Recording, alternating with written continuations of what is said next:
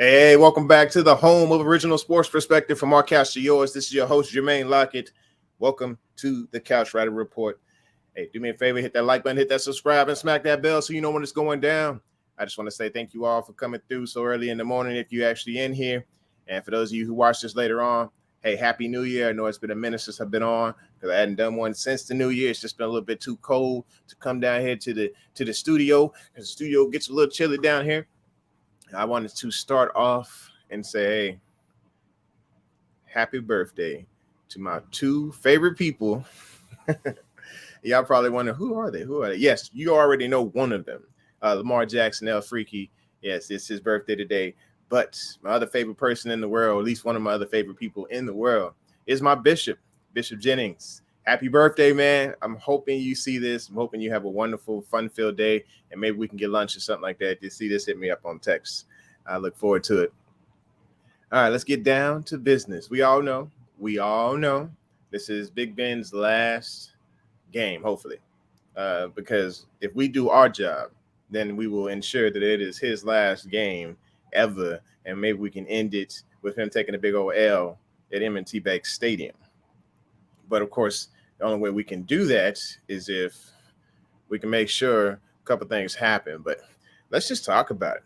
Big Ben's last game. This guy, he hasn't had quite ownership over us like, let's say, Aaron has had over the Chicago Bears, but he is 16-10 against the Baltimore Ravens. He's done this thing against Baltimore, but Baltimore has also had a great deal of fun against this guy as well. So Baltimore has sacked this dude. Hold on, I got the numbers right here. They've sacked him 73 times. They've made him turn that ball over at least, he turned the ball over 34 times. It was 29 interceptions and 5 fumbles that he lost. Yeah, we made him fumble about 11 different times every time he's played us. We have an NFL record against, or I guess a franchise record of 11 sacks. Or it's going to be 9 sacks in a game against Big Ben. So it was pretty bad. We got him 9 times in one game. And I'm looking forward to seeing us get him again because, we need to get this guy a nice send-off and a reminder that Baltimore, they love you so much they want to give you a whole bunch of hugs. So that's what I'm talking about right there. Big Ben he's definitely had his fun with the Ravens, but I think we've had equally fun. And T Sizzle has had just as much fun. I think he's had a total of 17 or was it 16 sacks against Big Ben. No, 17. Sorry. 17 sacks against him. And I feel like he should be going on the field to get number 18 this Sunday. I know he's the legend of the game, but I've been waiting. I've been looking at the waiver wire. I've been sitting here searching like, all right, is it going to happen? Is it going to happen? Is it going to happen? They need to sign this guy to a contract, or at least sign him to the practice squad, activate him on Saturday, and let this guy go in and get 1 sack against Big Ben. It's only right. It's the only way that they need to take this and go out with it. I know you're the legend of the game, but come give Big Ben a hug on the field, man. We need you. Put a Dafe on one side and have T-Sizzle on the other, and let's just see how it goes. I mean, what's the worst that could happen? I mean, our playoff chances are kind of slim to none anyway. We might as well have some fun with it. Let's go. All right, speaking of slim chances, let's talk about my main man, birthday boy. Is he playing? Is he even playing? I don't know. I'm hurting, man. I've been missing this dude since December 12th. I want to see Lamar on the field. I want to see my favorite player playing. It's heartbreaking to see Huntley out there. I mean, he's still doing this thing. It's not the losses. They're not on him specifically, but it would be nice to see El Freaky back out there doing this thing on the field, healthy and ready to go. But it doesn't look very good this week because, Thursday is like install day. And Lamar's still he's not there. He hadn't practiced this week. John Harbaugh's been remaining mum, as always, when it comes to our status because he thinks it gives him some type of competitive advantage. Okay, that's fine. But the dude needs to be out there practicing if he's going to play. So it looks like Huntley may be the guy this weekend. And that could be bad. I mean, we need this win. What can I say? I can say go Jags, because if we take care of our business, we know that the Patriots, although Miami is their kryptonite, they have a better chance of beating the Dolphins than losing. We know that the game between the Chargers and the Raiders is going to be a brawl. And I'm hoping that the Raiders find some identity and are able to take down those Chargers. And then, of course, we're waiting on this game here with the Jaguars and the Colts. The Colts are rolling. In my personal opinion, they got the MVP right there in their backfield. Jonathan Taylor has been rolling on this team, rolling on teams left and right. I mean, he's just busting them out the 100 yards every single game. He's looking like a real one right there. And I think he deserves to be the league's MVP. It's not a quarterback, because it shouldn't just go to the quarterback every single year. It's ridiculous. And I think there are other players out there more deserving in different positions. But with that said, I'm totally rooting against the Indianapolis Colts on Sunday. I need the Jaguars to get this W. I need the Ravens to get theirs. I need the Patriots to get theirs. I need the Raiders to pull one off, pull a miracle off. Let's get that 3.5% up, because that's the percentage of the Ravens actually making the playoffs as of Monday night when the Browns lost to the Steelers. So we are rooting for the Jacksonville Jaguars. We need this little rookie, little Shane. Was it not Shane Falco? Sunshine need to get his life together and get that W for sure. So the Colts just lost the game. They just lost to the Raiders. So the Raiders, let's go ahead and get a win streak going. But they barely survived the Jaguars last time the Colts did. So, Lawrence, he fumbled the ball on a game-winning drive. I mean, if Lawrence doesn't fumble that ball, they could possibly beat the Colts. So hopefully there's another opportunity there for Lawrence to show, hey, I am a decent rookie, and y'all shouldn't go looking in the draft for another quarterback. It's just the organization, or pull the Urban Meyer and say, hey, these other coaches, they suck, and I'm a winner. Or let's look at it in that particular manner.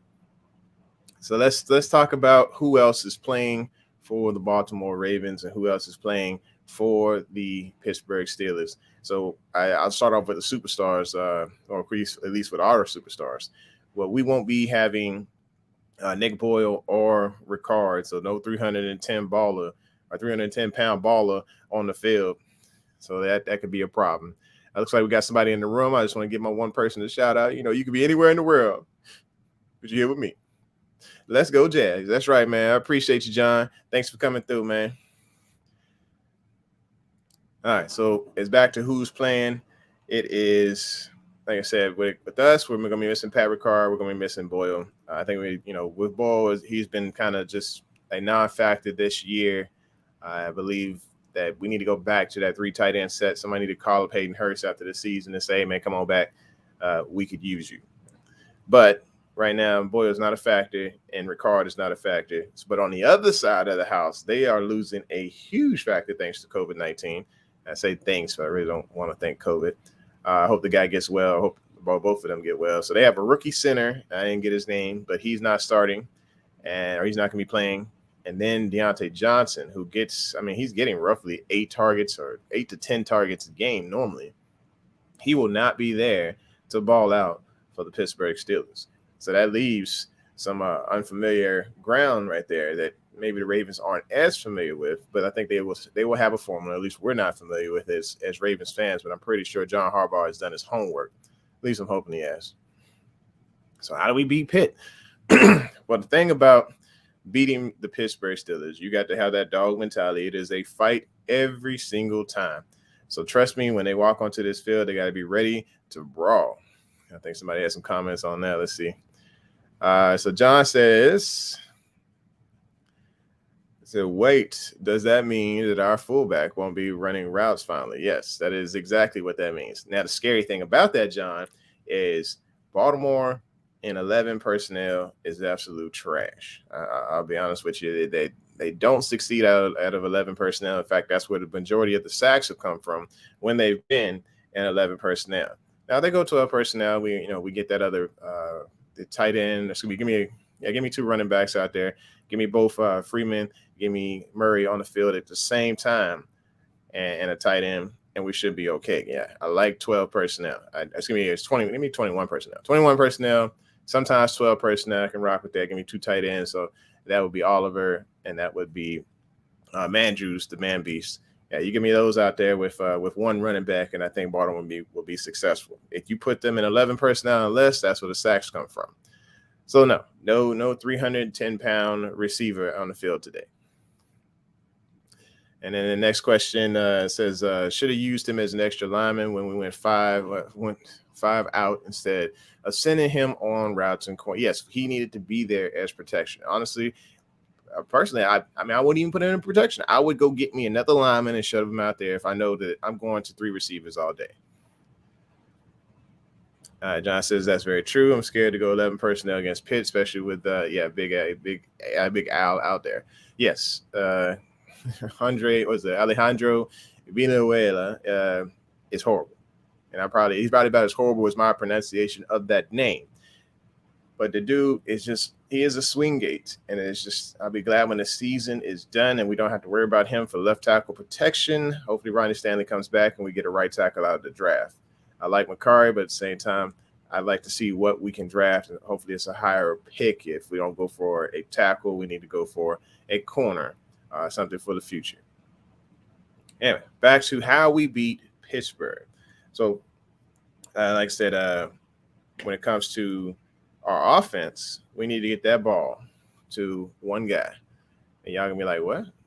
No, we need to get the ball to Bateman. Bateman has to eat. And the reason I say this is because Pittsburgh has been giving up multiple targets, 7+ targets a game. And I think that's probably about 5 or 6 catches a game. And I think it's over 30 yards, or I think it's plus 30 yards to the second receiver on each team. And it's more likely the route running receiver, not necessarily the burner they've been giving up all those targets, giving up all those catches to those second receivers. So I say this is an opportunity for Bateman to get his shine on, because that's what Baltimore needs to do, is get to that route runner. The fluid route runner, that's who Pittsburgh usually gives up the cookies to. So hopefully we can get Bateman on the board for his second touchdown of the year, and just see him shine in general with Huntley, and show that he is that X-type receiver, and we can throw 50-50 balls up. It would be nice to have a situation to where we can be like Joe Burrow and say, hey, a blanket, he's out there somewhere, launched this joint. Bateman needs to be that guy winning those one-on-one matchups, and that he has shown the ability to do it. They just need to design more plays to put him in the mix. Okay. Another way we can beat Pittsburgh is to just keep the ground game going, folks. Keep the ground game going. Pittsburgh has been known in the last couple of weeks to give up some yardage. And I got the stats for you. Just give me a second here. All right, so you can run on Pittsburgh. Running backs have been averaging 4.9 yards per carry against the Pittsburgh Steelers. So let's make sure we get the ground game established. Let's get Freeman rolling. Hey, let me get some QB runs out of this as well. And I know they have not been running the ball with the quarterback because they've been scared because we don't have much left on the roster. But I still think this is an opportunity. Hey, run that read option and make them think we are going to run it, because right now they have enough tape to see that we do not do read option and run it with the quarterback if Lamar's not there. Even though Huntley has the ability to scramble and doing all these magical things, he needs to be able to pull that ball and do his thing. We got a few people in the room. What's going on? Make sure you hit that like button and smack that subscribe. Let's go. Or should I say smack the bell? Yes, definitely. John says run the ball 24/7. Hey, what's going on? Living legend. What's going on, man? I see you in all the other rooms. I appreciate you coming through, man. You are just like a really dedicated Raven. And, just wanted to give you a big time shout out, man. We appreciate you coming through. Let's see. Since John says, I don't care if they stop it for 3 quarters, we keep running.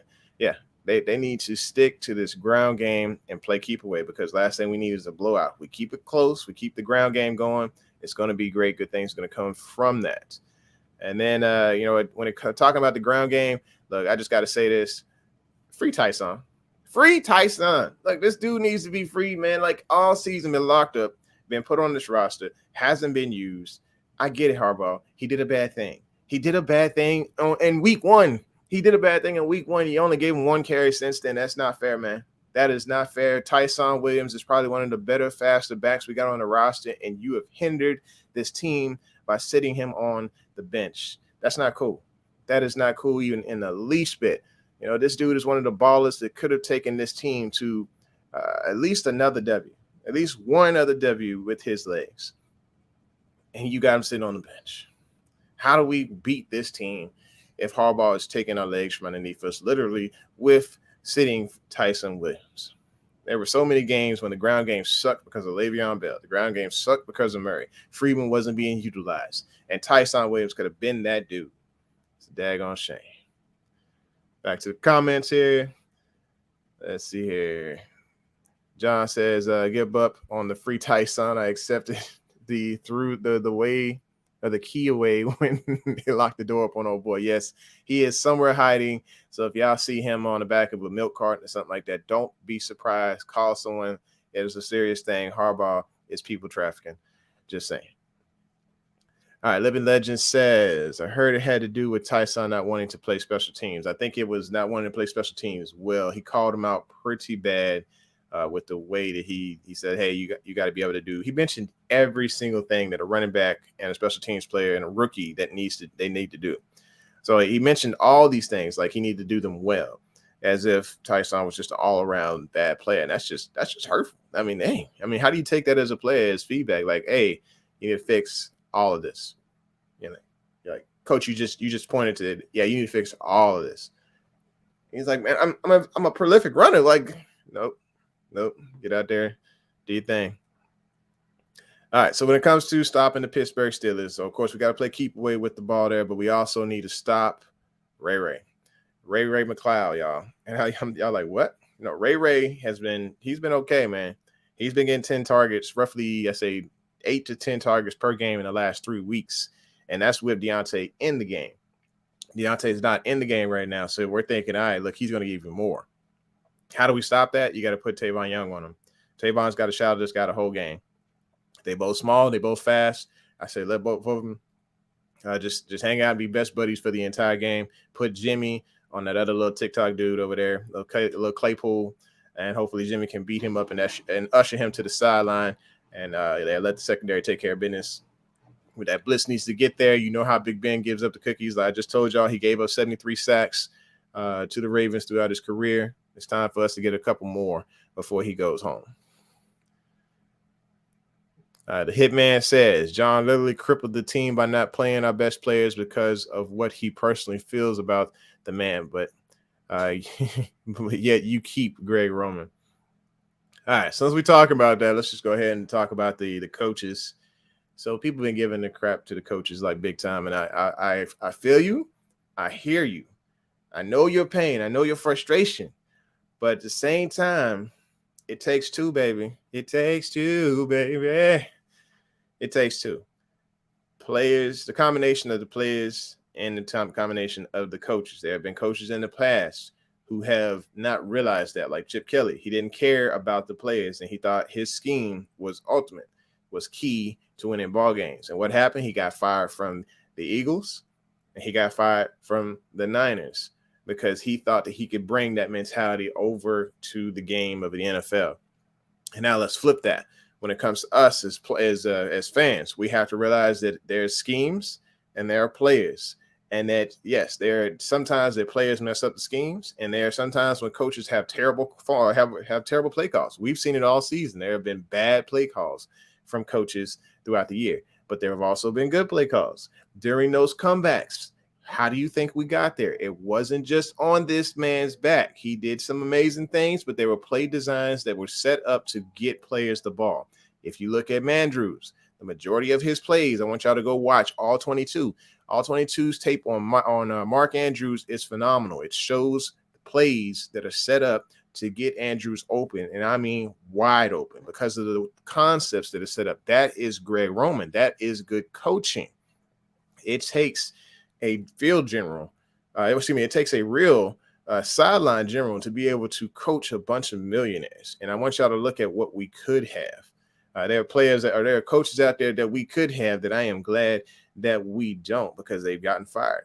We could have the clapper, Jason Garrett. Do y'all want that? We lose him probably like by 48 or something like that a game, and he's over here clapping, saying, good job, fellas.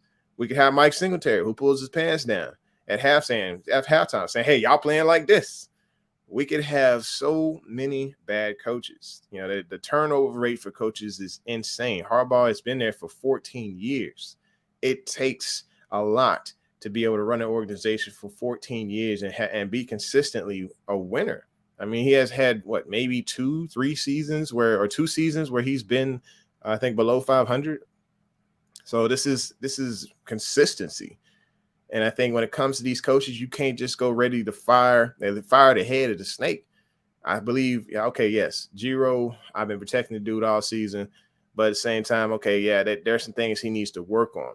And I've been telling y'all, if Lamar and Giro break up, we've seen the performance of previous stars. We've seen Colin Kaepernick's production go completely through the floor. We saw Tyrod Taylor basically be ousted across the entire league because he did not have Giro. I think the importance of having Giro there and installing extra schemes and getting these wide receiver coaches another opportunity to work for a second year with Giro and then developing those wide receiver concepts of the routes and all that. I feel like a second year together could help this team. So am I saying, we should keep Giro around? If they fire him, they fire him. I'm not going to cry about it. I'm not going to be on my pillow at night, just boo-hooing. But if they keep him around, that serves as that continuity. John serves as continuity. And, at Wink, it's whatever with Wink. I like the dude. He gambles a lot, takes a lot of blitzes, but he's true to himself. So I'm sorry if I'm a little homer when it comes to the team and it comes to the schemes and the offense coordinators. I just like what we got here. And I think with healthy players, that's the other thing the point I wanted to make, we could be all right. Y'all saw my Twitter. I don't know if you saw the Twitter, but I put out the message letting you know, like, hey, how do you win ball games when you have 10 of your key players on IR? And I was talking about, Marcus Peters. I was talking about Hump. I was talking about Lamar Jackson. I was talking about Stanley. I was talking about so many players that were on IR that were key pieces to this team. You can't sit here and win ball games if you can't stop Derrick Henry because you don't have Deshaun Elliott. You can't sit here and say, hey, we're going to ball out on the back end when we're getting roasted because we don't have any top corners. When we're missing the safety, we're missing linemen. I mean, it was just bad. It was a bad year. That's what we got to chalk it up to. We can't fire people whenever, hey, we don't have the players on the field. We got the coaches still trying to do their thing, trying to make the best out of it. But we losing ball games by 1 and 2 points because of bad decision on coaching, no doubt. But it's still, I feel like they're going to be reprimanded and say, hey, make better choices. Stop with this analytics bull crap. But get back up there and do your thing. All right. So John said it's true. Coach, you got to adjust to people. You got not the other way around. Like when Wink blitzes the Bengals 24 times with 5 backups, I think they should have played a lot more zone. I'm with you. I think they should have definitely played a lot more zone and trust each other in that system right there. It takes a lot to develop within a week, though. You tell me to get off the couch and go play somebody right now, it would be pretty ugly because I probably pull a hamstring and everything else. Those guys were asked to go above and beyond in an instant. So, kudos to those guys for just stepping up. But, we took an L pretty bad there. I live a legend. Harbaugh gone live off that one chip for 2 decades. I know. I'm not riding the championship. I ain't say nothing about that. I just think that he is one of the better coaches in the league. And honestly, I'd say top 5 coaches in the league. And I guarantee you, if he lost his job tomorrow, if they agreed to mutually part, this man would be hired within a day because he is a hot commodity. He knows how to lead men and win ball games. He has a structure that has worked for years. And I think that, we're just 1 or 2 pieces away versus if we hit the reset button, an entire, I say, we're going to dark ages. We pick up the clapper and then we go into the dark ages for the Ravens and it would be terrible. And then Cincy would reign for years. No, we don't need that. Godson, what's happening, man? What's going on with you? I can't stick around too much longer. I got this job thing I got to go do, man, working for the United States military. What's going on? All right. Says salute. I appreciate you, man. I appreciate you. But yeah, like I said, when it goes back to the Steelers in this game, they have to run the ball. They got to play keep away. They got to put Big Ben on his back and get him off the field. They got to stop Ray McLeod. And, I forgot about the biggest piece that the Ravens need to stop because we've been doing a pretty good job of it, is stopping the run. Stopping the run. Najee Harris is rolling. He is starting to look like that thumper he was in Alabama. I'm talking about 90+ yards per game, getting it in. It is scary. It is scary to see this guy catching stride especially at the time that he's catching strides. So if they can stop the run, hold down Ray on that back end and put Big Ben on his back while making some nice long, clock controlling drives, we still are the number one team in time of possession in the league. It's just other teams are getting back down there and scoring just as fast after we get them off the field. I think last week we looked so good. We looked like a really good team in that first half. In the second half, we just couldn't keep them holding them at bay. Couldn't hold them at bay. We were taking, pretty much a crap and making it a crap sandwich, making it a decent looking sandwich. And then everybody realized, oh, this is a crap sandwich, and took advantage of us. So let's go back over here to these comments. I got like maybe a couple more minutes and I got to roll out, folks.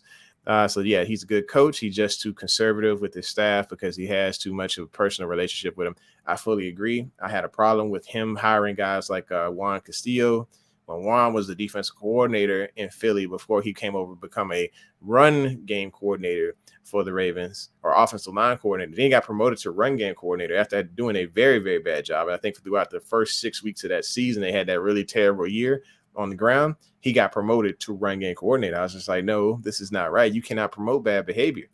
And when it comes to, Giro, though, I honestly think, he's grown a bit this year. It's just personnel wise. You don't have everything. You can't do all the stuff you want to do. You can't put all the tricks out of the bag. You can't open the vault. Although I am doubting that there is a vault, but I feel like he should, go back to the drawing board this offseason, sit down with those wide receiver coaches, come up with plays that really put our players on the map, to highlight their attributes, and make sure that we highlight Rashad Bateman. We have to use that guy. If you don't use him, then wide receivers are divas, especially X-type wide receivers, and Bateman is one of those. We're probably going to start hearing some soldiers. Don't use them soldiers talk like that on Twitter and stuff. Just ignore it. He's frustrated because he wants to rock. All right. Here's a question. Do you really think we can sack Big Ben? We have barely we got to him last game, and we only got home like 2 times, I think. Well, here's the thing. They are missing a center. So there's opportunities to push that middle, push that pocket. He's not going to be comfortable. And the second that old man tries to roll out of that pocket, bang, right in the kiss. Yeah, there's an opportunity. There's a weakness on that line, and it's right up the middle. We need Big Baby. We need Campbell. We need everybody pushing that pocket. Heck, I need some queen center blitzes. That's what we need to get rolling against this team. So I think there is an opportunity there to stop the Pittsburgh Steelers offense by making it very uncomfortable for this old man to get comfortable in the pocket. So there you have it, folks. Stop the ground game, stop Ray, get our offense rolling. Need that defense to, the corners to definitely step up. We see Stevens. He's stepping up big time. I want to see what Geno Stone has to offer. I want to see him get a pick. That would be lovely to see that. Chuck needs to have another ball out game like he had last game. I was crazy excited for Chuck Clark because I put a whole special together here on this past off season about Chuck just doing what he was supposed to do, not jumping anything. He knows everybody's supposed to be on the field. He's a smart safety, cerebral, but at the same time, he don't take chances. And boom, what happens? 2 interceptions in one game. Very proud of the guy. Hope he continues to ball out. It was his best game ever. I love watching our players succeed, whether I'm right or whether I'm wrong. I love to see the Ravens ball out. Anywho, I got to roll out, folks. This is the home of Original Sports Perspective. From our couch to yours, thanks for tuning in. This is your Couch Rider Raven. Make sure you hit that like button, hit that subscribe, and smack that bell so you know when it's going down. Hey, and also if you want to, buy me a soda or something like that for the day, go ahead and hit that Cash App, and I'm going to put that banner up below. Where the heck is that thing at? Yeah, just go ahead and hit your boy up on the Cash App. The Cash App is Couch Raven. Let me get $1 or something, so I go ahead and get me a soda. Y'all take care. Y'all have a great day, and I'm hoping that I can do the Steelers broadcast live because that would be so much fun. If I do it, I might be like 15 to 20 minutes late, but I'll be on there. Y'all take care. Have a happy Friday. And Bishop Jennings, I love you, man. Have a happy birthday. Lamar, happy G-Day, homie. Y'all do it up. Be safe. Have a good time. Peace.